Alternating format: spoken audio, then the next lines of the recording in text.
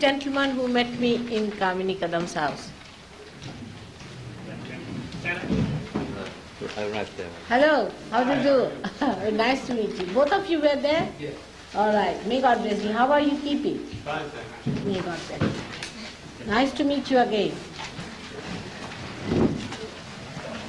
Mother, a lady from Kazoo Radio, who is coming as a seeker, Hi.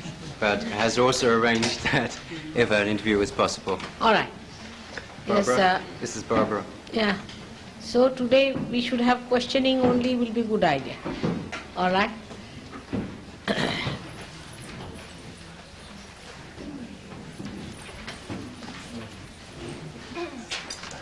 Thank you, Mother. May God bless. Before we begin, I would like to introduce myself to those of you in the room. My name is Barbara Schuler, and I do a radio program on a station from Monterey called Discovery, which is usually on Wednesdays from 1 to 2:30 and is going to be now on Thursdays from 11 to 11:30 to 1 o'clock. And it's my privilege to be here to do a taped interview for my listeners. So for the listeners, I would like to say that we are at the Kenolan Campgrounds in Santa Cruz, and this is an interview with Her Holiness Mataji. Mother, today there were many things said about Sahaja Yoga, about your philosophy, and very little was said about who you are as a person. And I thought it would be good to start out with some questions about who you are, who were you as a child, what people influenced you, what brought you to the place you are today as a luminous being sitting before me and before us. I'm a very ancient being. That problem is like this. And what can I tell you about myself? I just don't know what part will interest you. But only thing I can say that I was born with this understanding and awareness that I have to find out a method by which I could give mass realization to people. I was a realized soul, of course. I knew all about it from my very childhood. But the problem was that how to make many people get it. Because if one person gets it, or one person has it, if one person is an incarnation, people don't understand it. Not only that, but they may even try to destroy such a person. That's what happened to all the saints who came on this earth. Christ was crucified, Muhammad Sahib was given poison, because they were ignorant. They did not know what it was, what was he saying. So it was important, first of all, to find out a method how to give them mass realization. And from that angle, I just thought that this is why I am on this earth. And I have to do this job, for which I wanted to study about human beings. I took my birth in a Christian family, and that too a family which was Protestant family, because I felt that Protestants are fanatics but very sophisticated. And they rationalize everything to such an extent that nobody can see beyond it. So I better take my birth in them. And my father and mother had already taken birth, whom I had chosen as my parents. They were great people, realized souls, and especially my father was a person who knew why I was on this earth. Even my mother knew about it. So a special rapport was between them and me, and they could understand why I was busy meditating or finding out about how to give realization to others. Then I would say my father, who was a very learned man, who knew about 14 languages, who translated Quran-e-Sharif into Hindi, who was a member of the Constituent Assembly, he made our constitution. Also, he was the only Christian to be elected in those days. And then my mother was a honors in mathematics, all very well educated and nice people. They dedicated their life to the cause of freedom of India. And I also felt that that was very important, because if we are not free, we cannot do anything on religious basis. This one thing is to be free from this slavery. And that's how I also helped them a lot, and our whole family suffered a lot. And I went through terrible times at a very young age. I was with Mahatma Gandhi also, because he liked me very much as a child, so I stayed on with him. Then I used to come back to study again, go back to him. He used to call me Nepali, because my face has a Nepali face. And he used to talk to me as if he's talking to his grandmother sometimes. It was very sweet, and he was a very sweet man, extremely sweet person to children, very strict with himself and strict with others, elderly people. But with children, he was very, very sweet and kind, and would try to learn from children a lot of things. It was surprising how he understood that there's a lot of wisdom with the children sometimes than with the older people who are mixed up. Now we got our independence, and we had a very bad setback because of the partition we had in our country. And I was studying in Lahore Medical College there, because I wanted to know about medicine, what these people call such and such thing, because I knew all this, but I knew about the body, I knew about everything, what you call the complete nervous system, but I did not know what was the vocabulary attached to it, so I studied there for 2 years. And after that, this war broke out, so I had to discontinue with my studies, and my parents wanted me to get married. And then I found that my marriage was important. I agreed to marry, and I married this gentleman, Mr. C.P. Srivastava. Then, during all that time, my only pastime or the full-time work was to find out about human beings. What's the problem they have? What they avoid reality, how they shun it, how they run away from it, what are their problems, how are they seeking, what do they have to offer, what will they accept, how to handle them. It was quite an intricate question. Every person provided a new sample of problems, and I had to fight it out in a way that it was a system which I knew how to do it, because to enter into somebody subtly to understand the problems of the Kundalini, you can go into the journey and find out about a person. And then I found out the permutations and combinations of their problems. So it is like you can say that like periodic tables, you have to divide them into 3, then into 7, then into their permutations and combinations. So you can imagine 3 into 7 raised to power eternity. It was like that. But doesn't matter, it worked out. And in the year 1970, on the 5th of May, I was little bit hesitant at that time. I thought I should wait, but certain circumstances made me to open the last center. And when I opened the last center, we started working with others on AMA scale. But still, I gave realization only to one lady who came to my house. I tried if it works out with her. And I give her realization by touching her centers one by one, 6 centers, and then bringing out the Kundalini on top of the head. What does it mean to open the Sahasrara. the last center? Last center is the center which is the limbic area, where is the seat of all the 7 centers. It's all integration there. So far, everybody who has come, like Christ has come on this center, what we call the Agya Chakra, or Krishna has come on this center, which is the Vishuddhi Chakra. Like that, they have been appearing on every center of ours, giving us a new dimension to our awareness. And that's how our awareness has improved to this extent, and now the time is for you to get your absolute, to you get your spirit, that your spirit must shine into your attention, that you should have your self-realization, that you should have your second birth. That's the time, and that is only possible if baptism, the real baptism, works out. Real, not artificial, somebody coming and putting the hand on your head and saying, now you are baptized. That's not the way. But it is a real thing that happens, that you start feeling the cool breeze of the Holy Ghost coming out.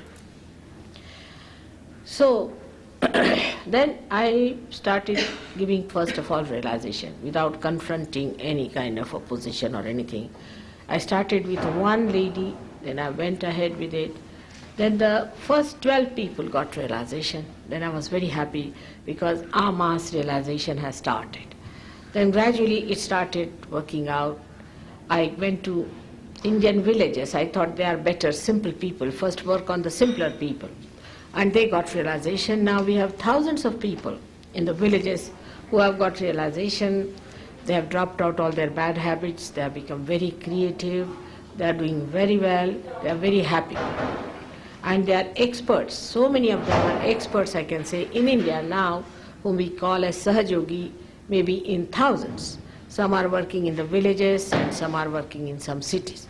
So we have lots of people now in India who can do this job. This all happened since 1970. I started it. That you started. Yes.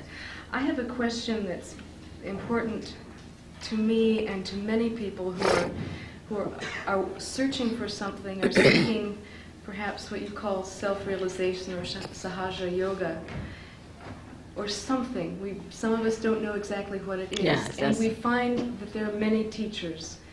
How do we recognize those teachers that you might call fraudulent from the real ones? It's so difficult because they all seem to be able to inspire us in certain ways and give us experiences. How do we know who is teaching something that's true and who is being deceptive? First and foremost thing is, anybody who lives on your earnings is not a guru. A guru will never live on the earnings of his disciples. But here there are people who have built palaces, bought aircrafts and cars and this. I mean, this is something one should understand. It's so open to you to understand. I mean, I cannot understand more obvious thing that this one is, that it's a parasitic living, and you cannot have a parasites as your gurus. They can be parasites, but not your gurus. That's one of the things. And if you can, I mean, you can retain some people, if you want, because you are rich people, you can retain some. That's a different point. But you cannot have them as gurus. Guru has to be a higher personality, you see. Now, you have seen Christ was such a great incarnation. He didn't take any money from anyone. He was a carpenter's son and he used to do carpentry himself and he lived like a modest man. He never lived with big cars and big houses. It's not necessary because such a person is himself is a very big king, you see, like a big emperor. He doesn't need anything. An emperor doesn't need anything because nothing can give him comfort except that he himself is in complete comfort. So such a person doesn't want anything. So you must see that such a person has no needs of comfort at all. He can sleep on the grounds, he can sleep anywhere. Now, in this life, I should say I come from quite a wealthy family or married to another wealthy man. You can say that way according to your own relative ideas. But to me, I can sleep anywhere. I have no problem. I have no problem of food, no problem of sleeping anywhere, no comfort, and I find it is beyond my self-respect to live on the earnings of others. It's not proper. But you are my children, supposing now you bring a flower to me or something, it's all right. But I can't have a palace out of your money and all this. It's absurd, absolutely absurd. So this is one thing one should know, that it pampers our ego, that we can purchase our guru. We can purchase our self-realization. You see, this is a very subtle pampering. And that's how people accept. You see, they don't want to accept a person who says, you cannot offer anything, it's too much for them. Or maybe that, secondly, could be that people think that if you pay something, then you get attached to it, you go through it, whatever it is. Say you have paid for a ticket and you find that the whole play is horrid, you can't bear it, but you have to go through it because you have paid for it. That's a human nature, you see. That's a human nature. I have seen that they do it, and that's what it works out. But this is very gross level, I'm telling you. But another should be that in these modern times it is promised that you will become prophets. You have to become prophets. So you must see, have you become prophets out of these? It's easiest is to see the disciples of this man. Any XYZ who says he's a guru. Now what is happening to the disciple? Is he a free person? Has he got any knowledge? Has he got any mastery? What has he achieved by being with that person? Now you have seen here there are Sahajogis, one better than the other. You talk to them, they are knowledge. Some of them have met me only for say 8 days or so, they have become knowledge. So what have they achieved, you should say? What is their style of life, their pattern of life, how they behave? And there cannot be any privacy about it. You see, like mafia, you don't tell that and you don't say that and you shouldn't do that. Of course, in Sahajoga, the truth is exposed gradually.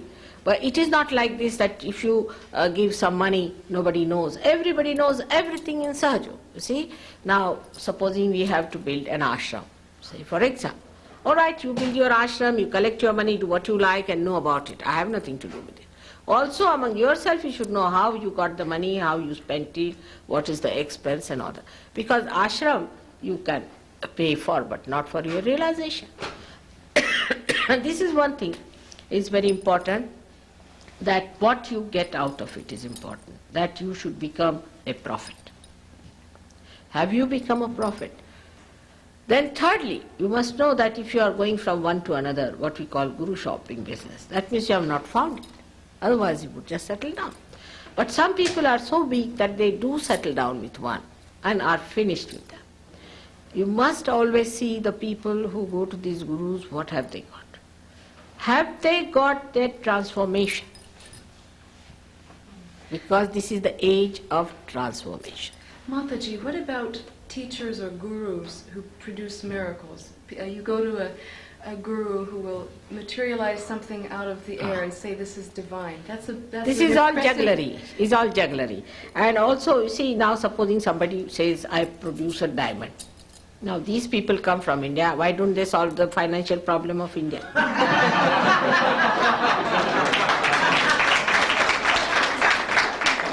Secondly, you see, at every point they can be challenged. You should say then all right. One gentleman came to me and said that he gave me a diamond. I said, why you? How many diamonds you have? He said, hundreds. Then I said, why did he give you? You should give to your driver who hasn't got a diamond. You see, that is what it is. So it is all jugglery. You should see those who materialize. What have they given you? They have to give you something eternal. If they talk about God, God is not going to give you diamond. Which God has given diamonds to people? Have you heard of anyone giving diamonds? No. So you should ask for something which is the highest, which is the supremost. Now the fourth thing, which is very important, that whatever experiences you get, for example, some people start just like jumping, some start shouting, some start behaving like animals, and they say, oh, that's what is coming out, you're taking out, you see. They feel very bad, they get horrible diseases, they get into troubles, and they get into pains, and all sorts of things, and contortions. They say, now your subconscious is coming out. Nothing has to be brought out. That's one thing you must know. The subconscious, as I told you, is on the left-hand side, and the supraconscious on the right-hand side. What you have to do is to ascend in the center and come up. Above your head is the superconsciousness. And when you become that, then you develop collective consciousness. So those who want you to become like frogs, again, you must know that you are not going to become frogs anymore now.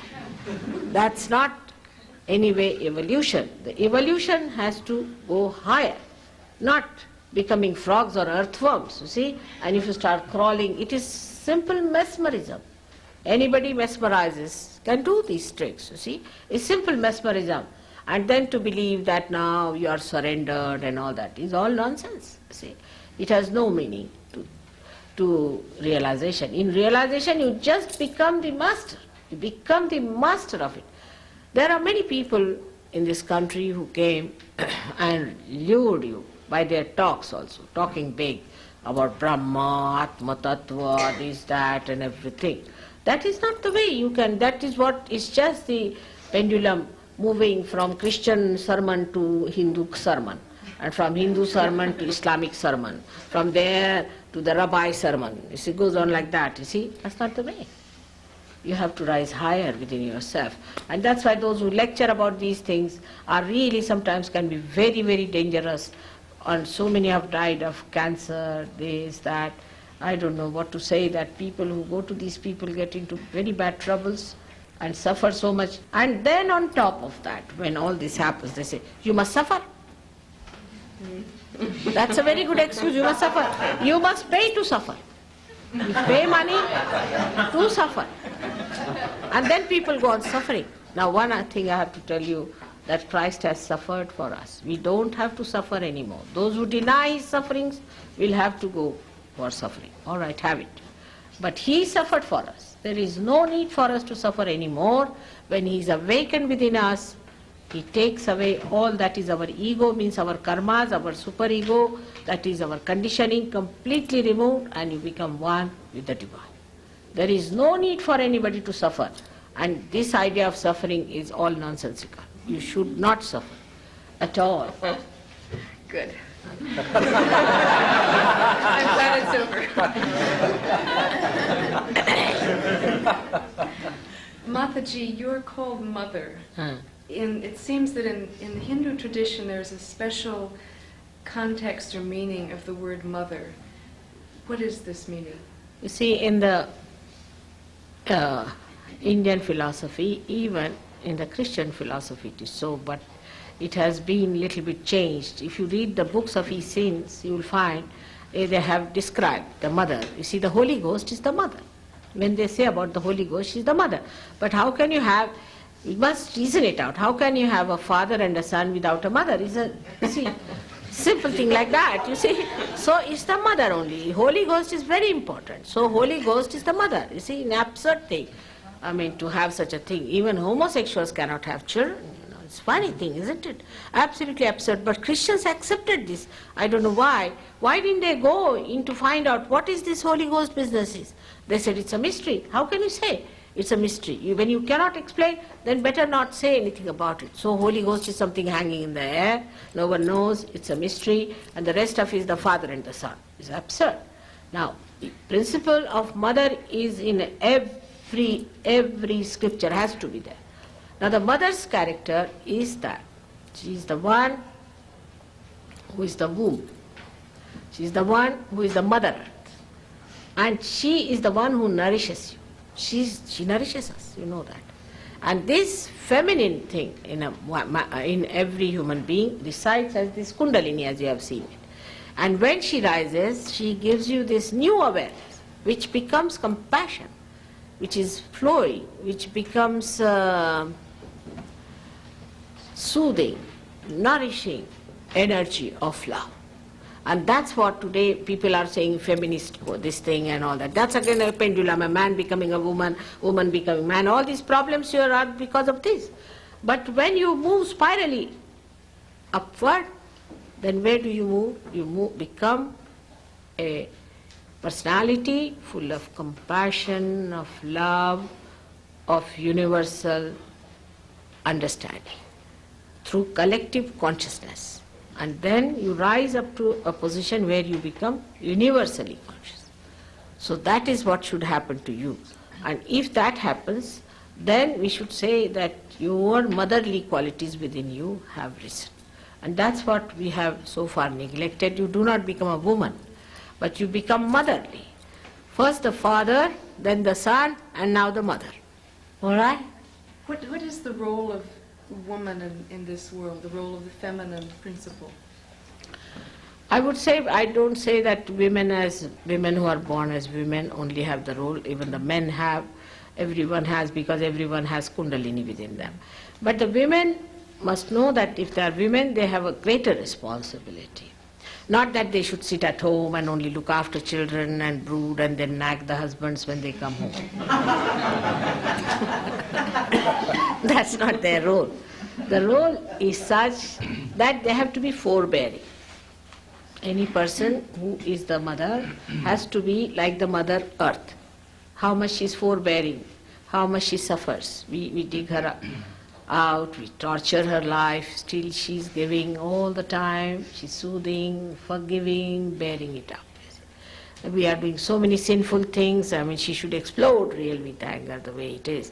But she does not. She's very careful, she slowly informs that now get out of this place, it's rumbling. She's so kind, you see. That all should come to us. So it's not that it is only the women who should settle down with these qualities, but the time has come that men have to have these qualities. Otherwise there will be always an imbalance. So now the men have to become extremely kind, affectionate, compassionate, give up that competitive spirit, that fighting spirit like Napoleon had. All those ideas are outdated. Now whom do you respect? People like Mahatma Gandhi or Abraham Lincoln. Everyone, an American, should think of Abraham Lincoln. Yes, indeed. Mother, what are we doing here? What is the purpose of life on earth? What are human beings walking around on this planet for? You are specially made by God, you are specially chosen by God to be human beings, and you are here with a very great purpose. The first purpose of God is that you should become the vehicle of God's powers completely, so that He flows through you. He flows into this atmosphere, into this universe, to make it a divine place. When you get realization, what happens? All your abnormalities drop out and you become very normal person. And these vibrations of cool breeze start flowing. With this now you can give it to Mother Earth. You can give it to the plants, you can give it to the trees. The whole thing becomes a garden of Allah, where you reside in complete joy and happiness. The second purpose is that God has prepared you now to settle into His kingdom. That's your throne, that's your right to be there. It could have been short-circuited at a time when Adam and Eve were called and told not to go into this so-called book of knowledge or the fruit of knowledge. But they didn't listen. You see, if you give freedom to someone, then what's wrong? So they started doing things which were brought to them by a satanic force, and they accepted it. So that was the original sin we have committed. So they had to take incarnations, do all those things, and now brought it to this level where human beings have to be brought again back to the position where they were to go.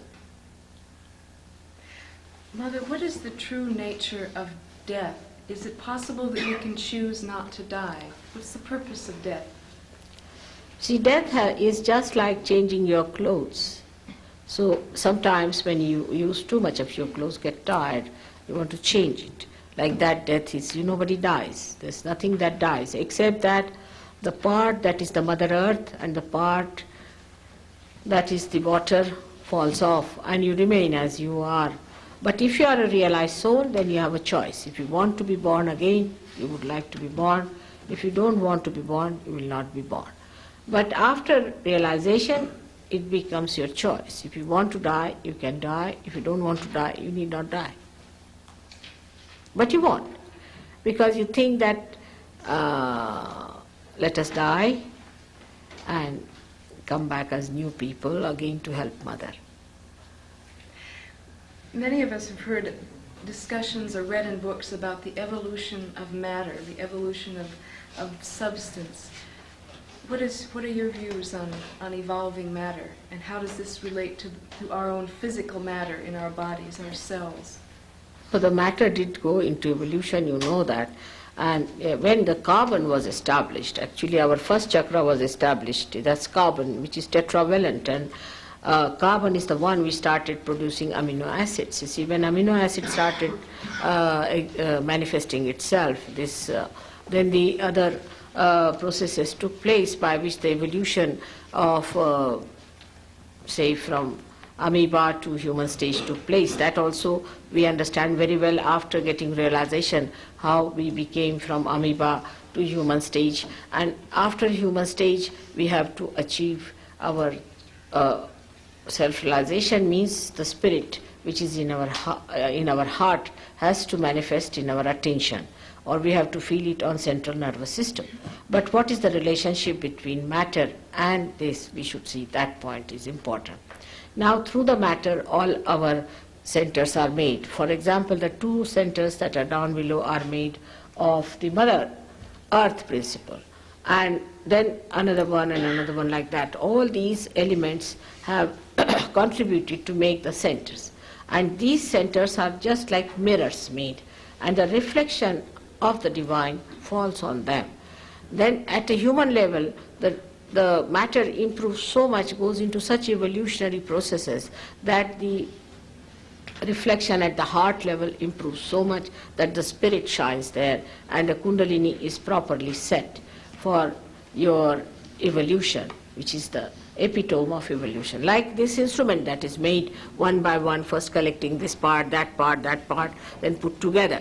Now the time has come for you to be put to the mains. Now this has nothing to do with the electricity, if you see. It exists without electricity, but it can carry the electricity. In the same way, we become the lamp, and when we become the lamp, the light can be brought in and we become enlightened. So there is a big relationship between the lamp and the light. But light can not exist without the lamp, so lamp has to be there. Mother, can I ask you a question about sex? Yes, please. It was stated today that sex has nothing to do with evolution the way it's been described in Sahaja Yoga. What does this mean? You see, the thing is that we think that by doing sex or by going into sex we can evolve is absolutely falsehood. You have not become a human being from amoeba to this stage by doing sex, because animals all do sex, everybody does sex. If they do it or not makes no difference. The thing is, the evolution takes place only through your seeking. When you start seeking something, then only you evolve. And the seeking first was for food, if you see in the animals, was for food. You see, sex was spontaneous. They don't think about it, they don't read about it, they don't have any education about it, nothing.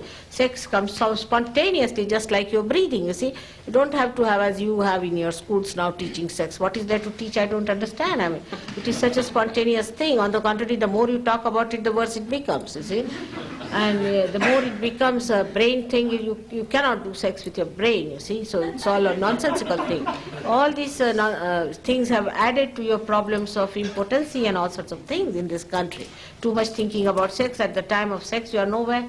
You are lost. So what's the use of such a life, you see? So the people who think about sex too much are really very unnatural people. They are very unnatural.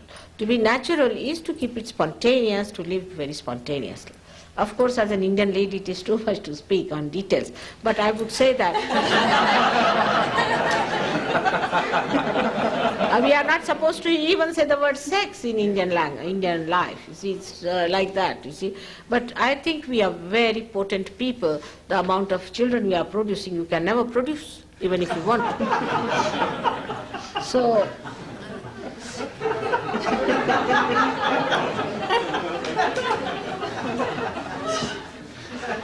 now the thing is that as a mother, I give all sort of grace to these people, grace marks, I should say, when they said that the sex can take you to Kundalini. Because, you know, in the beginning, they must have tried something like that. And they must have seen the expression of the deity, which has got a trunk, you see, which is settled on the center. We call it as Ganapati, who actually incarnated as Christ on this earth later on. But he is the Ganapati. And there you see just the trunk. And they must have misunderstood that this trunk is the Kundalini because it has a shape like that. And that's why they might have said it. But it's the most dangerous thing. If you go through sex, then you open yourself absolutely to hell.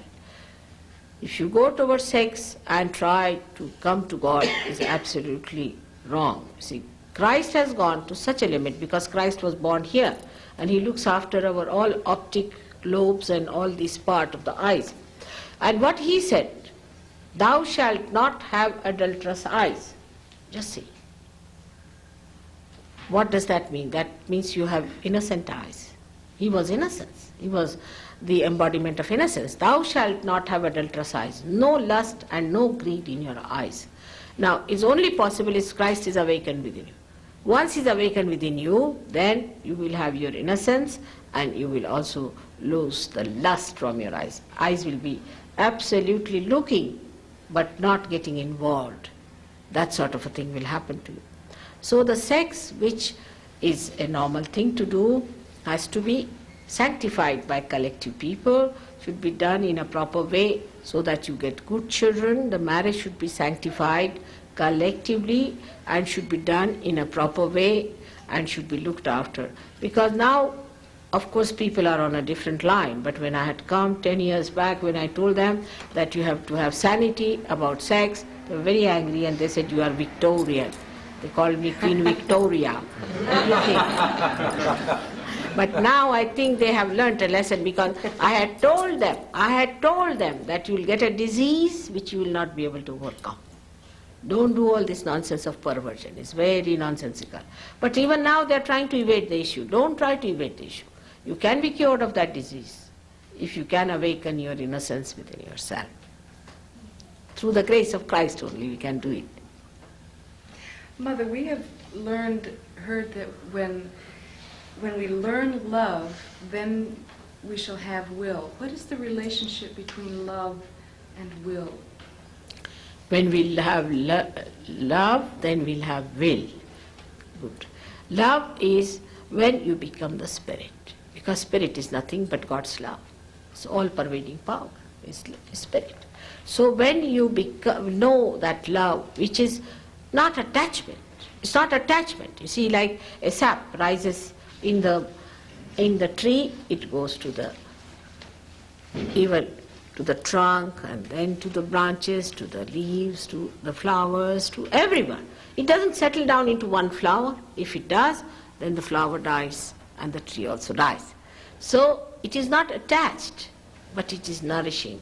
It does what it has to do. That kind of a love, which is absolutely without any conditions, unconditional, without any lust, without any greed, that kind of a love, when you will know, that is only possible when you will become the Spirit. Then you will know the will of God.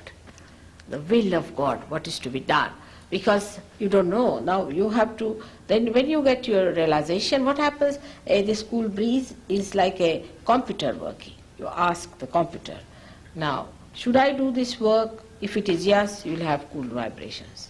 If not, no vibrations. So you will know His will. Thy will be done. You see, how do you know His will? Then you just know. You become the knowledge. When you become the knowledge, when you become the love, then you become the knowledge also. Even in everyday life, if you love somebody, you know a lot about that person. Mother, this afternoon you said something very interesting in response to a question by a woman. And the response that you gave was that service and sacrifice are a myth, or is a myth. Can you describe what you meant by that? You see, when I said that when you become a saint, in the sense when you become a realized soul, you find that you are collectively conscious. Then what happens that if somebody has got a problem, you feel it on your fingertips. Now you rub your fingertips and the person feels all right. Now you have done no service, you have done no sacrifice. It's your finger that is in trouble. Now if you rub your finger, who is the other? You see, this comes out of ignorance. And those in India, actually, they knew it so well that those people who talked of sacrifice and service were called as Shudras, means untouchables. That means they had no knowledge about it. Those people who talk that we'll serve you, you'll do this dirty work of yours, that dirty work of yours, they were called as Shudras. They are not the people who should be touched, because they have no awareness that the all-pervading power of God is there, which does everything. What you have to do is to just become one with it. And once you are one with the whole primordial being, say on your body, if there's a pain somewhere, you just rub it. All right, you rub it and it's all right. There's no obligation on it. In any way, you have not served anyone, you have not obliged anyone. So the concept that you are one with the whole itself is the noble concept. And those people who do not have that concept cannot understand. They think we are serving others, we are looking after others. Who is the other, I ask them. Who is the other? That is why this is the concept with which Indians have always lived, and that's something good they have. But they also picked up, you see, when your missionaries went there, they also started their missions. They start serving and all that. Now to the poor people, now how do we serve? We serve in this way in Sahaja Yoga, that once they get their realization, they don't remain so poor at all. You see, because first of all, the poor people have bad habits of drinking, all those things drop out. So all that money doesn't go into nonsensical things. Secondly, they get those vibrations. Now whatever work they are in, they become dynamic. They have no health problem. They don't have to go to the doctors. They become healthy people.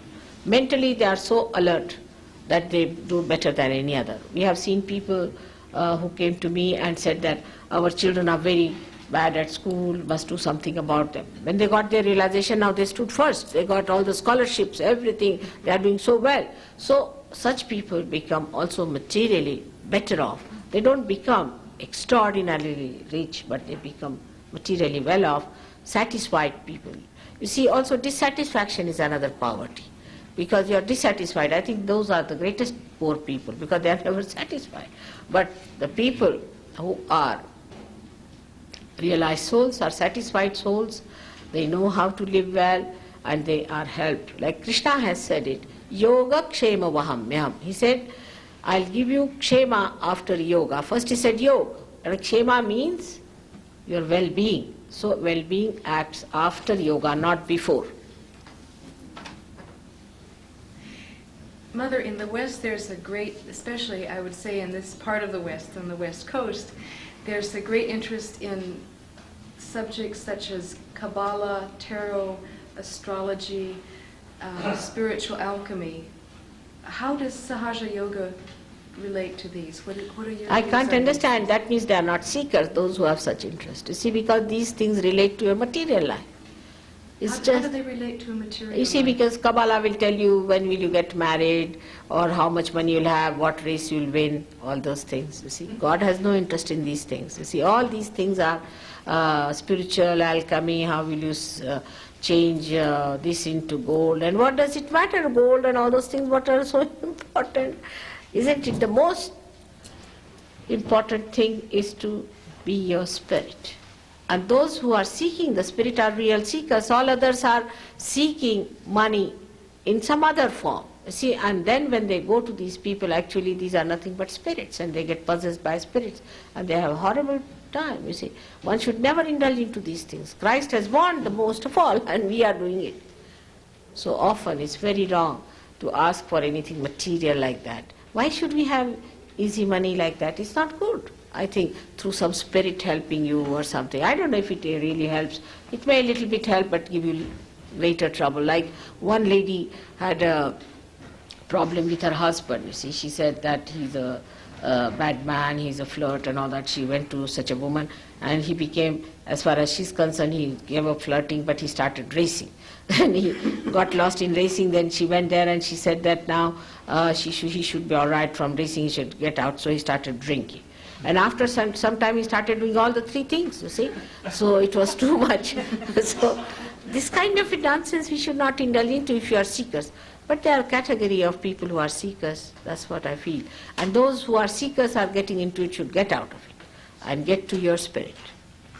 What's the role of the artist in this work, this Sahaja Yoga? An artist, artistic work, like music. Oh, and great, painting. tremendous it is. You see, those people who have been realized souls have created eternal art. Like we can say, Michelangelo was a realized soul. So his work is eternal art. They produce art which creates vibrations. You can feel vibrations from him. In the whole church, if you go, you feel horrid, but when you go to Sistine Chapel and see his work, the whole thing fills you up with vibration. They are creators of vibrations, imagine. The musicians like Mozart creates vibrations, but Wagner You see, so they are the people who are realized souls. You have some tennis players who are realized souls also, perhaps. Tennis players? Know. Yeah. McEnroe is a realized soul. And Borg is also. And my grandchild told me, you know why Borg has retired? Because another Saj Yogi has come now, the younger one, so give chance to him. And that's why he is very honorably retired. It's because when McEnroe speaks, you must have seen, he tells himself, John, now behave yourself. They are in the third person. And that's why people don't understand him, and he doesn't like to be insulted. And that's very true. Anybody who is a saint doesn't like him to be insulted. So like that, you have so many people who are realized souls, we can say. Even the Princess of Wales is a realized soul, and the new child is a realized soul. So there are so many people like that who are realized souls. The listeners who will be tuning into this program on the radio won't have had the experience of being in your presence. Some of them may have who are in this room. What can you say to them about how to become a realized soul, or how to achieve this cool breeze that comes from At the beginning of my lecture, if you tell them that they should put their hands towards the radio, just turn the radio, they might feel the cool breeze. If they don't feel it, then tell them to put the right hand first till they feel the cool breeze, and left hand up as if ventilating out. And then the left hand towards the radio and the right hand up. It might work out because it has worked in Hong Kong. Well, I'll tell you something interesting. I interviewed Danny and Doug before you came so that listeners would have a chance to come here. And one of them called me and said that he went into a meditation in the afternoon and felt the cool breeze just by hearing them talk. See, if Sahajogis can do it, then when I am talking, it should happen.